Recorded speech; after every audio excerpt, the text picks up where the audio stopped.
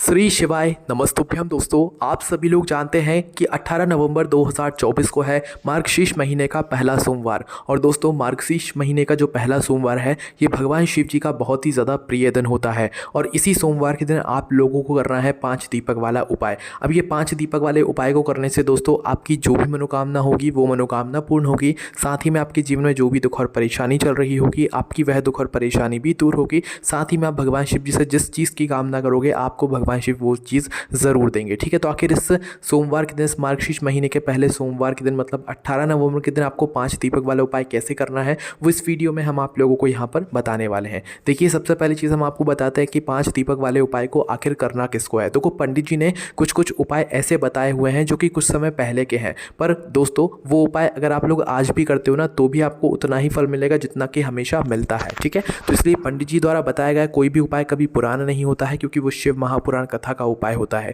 इसलिए आप लोग ऐसा कभी मत समझा करो कि ये तो उपाय तो बहुत पहले बताया था तो भाई अब उपाय काम नहीं करेगा। उपाय हमेशा काम करता है ना, और भगवान को आप प्रसन्न करने के लिए ही ये उपाय होते हैं। तो भाई करना क्या है, देखो, घर की जो बड़ी माता बहन होगी, घर की बड़ी माताओं बहनों में से कोई भी एक माता बहन को क्या करना है, इस 5 दीपक वाले उपाय को करना है। घर के सभी सदस्यों को करने की जरूरत नहीं है। घर की कोई भी एक बड़ी माता बहन इस वाले उपाय को करेगी तो उसके पूरे घर परिवार को इस उपाय को करने का फल यहाँ पर मिल जाएगा। ठीक है, तो अब करना क्या है, देखो ये वाला जो उपाय है ना ये घर की बड़ी माता बहन को करना है। और किस समय करना है, ये उपाय आपको करना है शाम के समय प्रदोष काल में, मतलब शाम के 6 बजे से लेकर 7 बजे के बीच में करना है, या थोड़ा बहुत लेट हो जाओ तो शाम के 7 बजे से लेकर रात 8 बजे के बीच में करना है। इस बीच में आप लोगों को अपने ये जो 5 दीपक है इन 5 अलग अलग जगहों पर जाकर जलाना है। ठीक है, इस बात का आप लोगों को ध्यान रखना है। तो आइए अब जानते हैं कि ये जो 5 दीपक हमें लेने हैं, 5 दीपक वाला उपाय करना है, इसमें हमें दीपक कैसे तैयार करना है, कौन सी बत्ती रखना है, इसके अंदर क्या चीज़ डालना है। ठीक है, तो सबसे पहली चीज़ हम लोग बात करते हैं दीपक की। तो देखो यहाँ पर आप लोग कौन से दीपक लोगे, तो देखो इस सोमवार के दिन 5 दीपक वाले उपाय को करने के लिए आप 2 तरह के दीपक ले सकते हो। पहला तो है 5 मिट्टी के दीपक और दूसरा है 5 आटे के दीपक। अब मिट्टी के दीपक अगर आप लोगे तो उपाय में भाई वो नए लेने पड़ते हैं, इसलिए आप लोग अगर जो आटे के दीपक होते हैं वो अपने घर में नए दीपक तैयार करो तो वो ज़्यादा बेहतर रहेगा। ठीक है, तो थोड़ा सा आटा लेकर उसको गूंद कर, उसके अंदर कुछ नहीं डालना है, उसको गूंद कर 5 मीडियम साइज़ के छोटे से आटे के दीपक आप लोग तैयार कर लो, है ना। आटे के दीपक भी ले सकते हो और मिट्टी के भी ले सकते हो, कोई दिक्कत वाली बात नहीं है। पर आटे के दीपक क्या होते हैं कि बिल्कुल नए हम लोग बना सकते हैं, कभी भी बना सकते हैं। पर मिट्टी के दीपक जो है मतलब उन्हें हमें नया लाना पड़ेगा। वो हमारे घर में नए तो रखे नहीं होंगे, इतने नहीं रखे होंगे, और कितनी बार आप लोग नए लाओगे। ठीक है, बाकी आपके ऊपर है कि मिट्टी के लेना चाहते हो तो मिट्टी के लेना, बाकी सबसे सही तो आटे का ही यहाँ पर रहेंगे, है ना। तो 5 आपको यहाँ पर दीपक तैयार कर लेने हैं, या जो भी दीपक ले रहे हो 5 दीपक आपको ले लेना है ना। उनको किसी एक पूजन वाली थाली में या प्लेट में अच्छे से रख लेना है।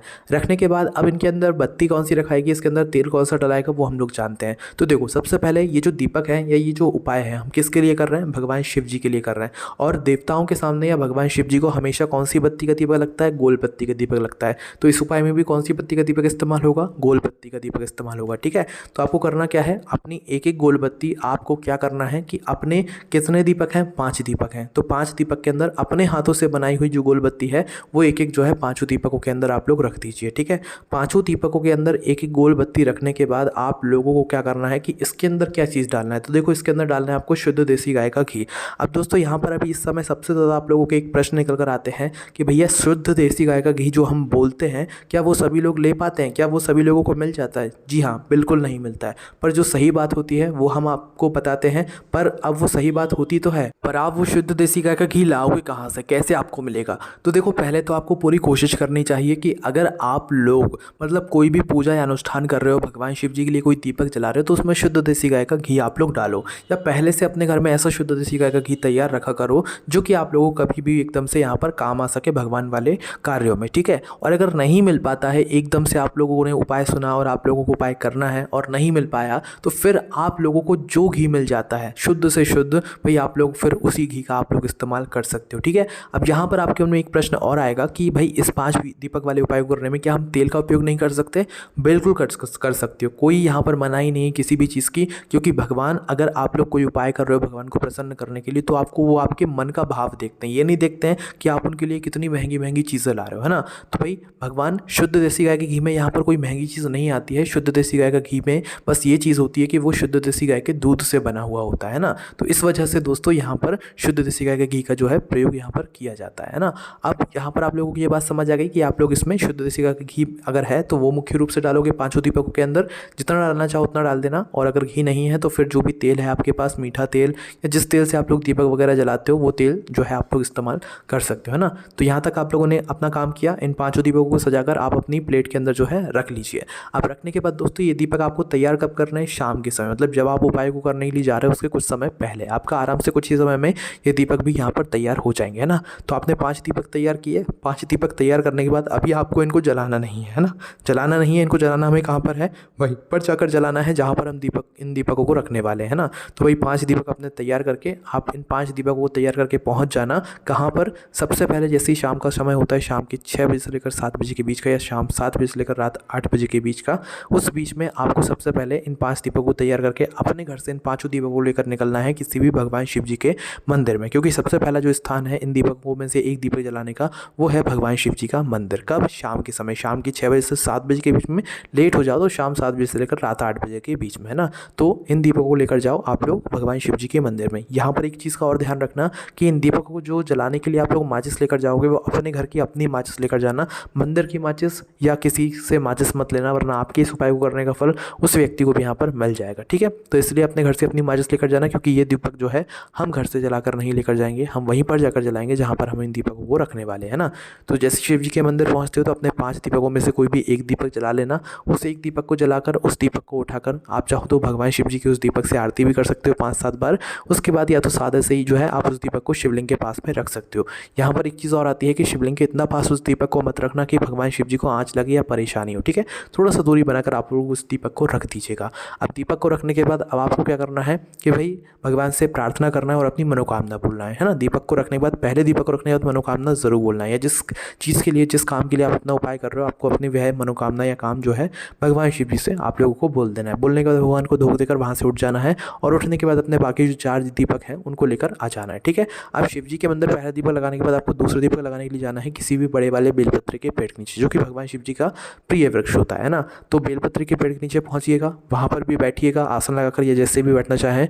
दूसरा दीपक जलाइएगा। दीपक जलाकर जो है उस दीपक को जलाकर जो है उस बेलपत्र के पेड़ के नीचे भगवान शिव जी और माता पार्वती जी का नाम लेकर आप लोग जो है दीपक को वहाँ पर रख दीजिएगा, ठीक है। अब यहाँ पर आपको मनोकामना बोलने की जरूरत नहीं है, विशेष रूप से पहले दीपक को जलाते समय आपको मनोकामना बोलने की ज़रूरत है ना। दूसरा दीपक बेलपत्र के पेड़ के नीचे जलाने के बाद आपको भगवान से प्रार्थना करना है, निवेदन करके भगवान को धो देकर वहाँ से उठ जाना है, ठीक है। उसके बाद में अब आप लोग क्या करना है कि वहाँ से उठकर तीसरे वृक्ष के नीचे कहाँ पर जाना है? तीसरा वृक्ष के नीचे जाना है आप लोगों को किसी भी यहाँ पर आंवले के पेड़ के नीचे, ठीक है। आंवले का पेड़ किसका प्रिय होता है? भगवान विष्णु जी का और माता लक्ष्मी जी का, है ना। तो किसी भी आंवले के पेड़ के नीचे जाइएगा और वहाँ पर जाकर अपना तीसरे नंबर का जो दीपक है उसको जलाइएगा, ठीक है। उस दीपक को जब आप लोग जलाते हैं उस दीपक को भी जलाकर उस आंवले के पेड़ के नीचे रखिएगा, भगवान से प्रार्थना कीजिएगा, विनती करिएगा और धूप देकर वहाँ से उठ जाइएगा, ठीक है। तो यहाँ पर आपने कुल मिलाकर 3 दीपक जला दिया। अब जो चौथा दीपक होगा दोस्तों, ये चौथा दीपक आप लोगों को किसी भी पीपल के पेड़ के नीचे लेकर जाना है ना। और पीपल के पेड़ के नीचे जाकर आप लोग क्या करना है, इस दीपक को भी आप लोगों को जो है क्या करना है, जलाकर पीपल के पेड़ के नीचे रख देना और भगवान से निवेदन और प्रार्थना कर लेना है ना, और भगवान को धो दे लेना है।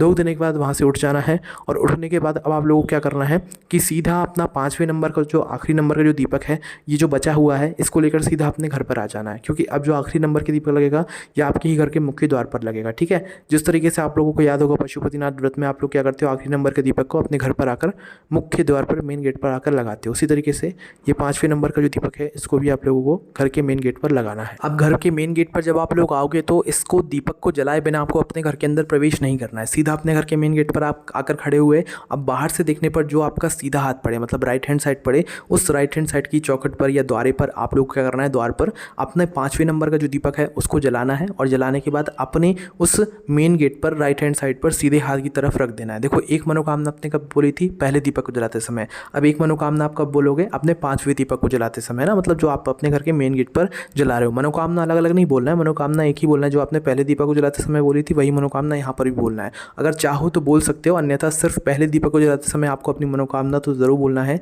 जिस मनोकामना के लिए, जिस काम के लिए आप लोग अपना ये 5 दीपक वाला उपाय कर रहे हो, ठीक है। जैसे ही आप लोग अपने ये 5वें नंबर का दीपक जलाते हो, उसके बाद में आप जैसे अपने घर के अंदर प्रवेश कर जाते हो, आपका ये 5 दीपक वाला उपाय पूरा हो जाता है। देखो सोमवार के दिन जिन जिन इन 5 जगहों पर हमने मतलब जो दीपक है वो लगाया हुआ है ना, इन दीपकों को लगाने से जो है भगवान शिव हमसे प्रसन्न होते हैं, क्योंकि ये सभी वृक्ष और ये सभी जगहें भगवान शिव जी की बहुत प्रिय होती हैं, ठीक है। एक तो घर का मुख्य द्वार, अगर हम मुख्य द्वार पर भगवान शिव जी के नाम का दीपक लगाते हैं तो वो बहुत ही अच्छा माना जाता है। भगवान शिव जी की जो कृपा है वो सदैव हमारे घर परिवार पर बनी रहती है, ठीक है। और हमारी साथ में जो भी मनोकामनाएं होती हैं वो भी पूर्ण होती रहती हैं। बाकी दोस्तों इस तरीके से आप लोग को ये 5 दीपक वाला उपाय करना है। आपको कोई भी दिक्कत समस्या परेशानी आती है इस 5 दीपक वाले उपाय को करने में तो उसे हमसे कमेंट करके पूछ सकते हैं। ओम नमः शिवाय, जय भोले बाबा, श्री शिवाय, नमस्तुभ्यम।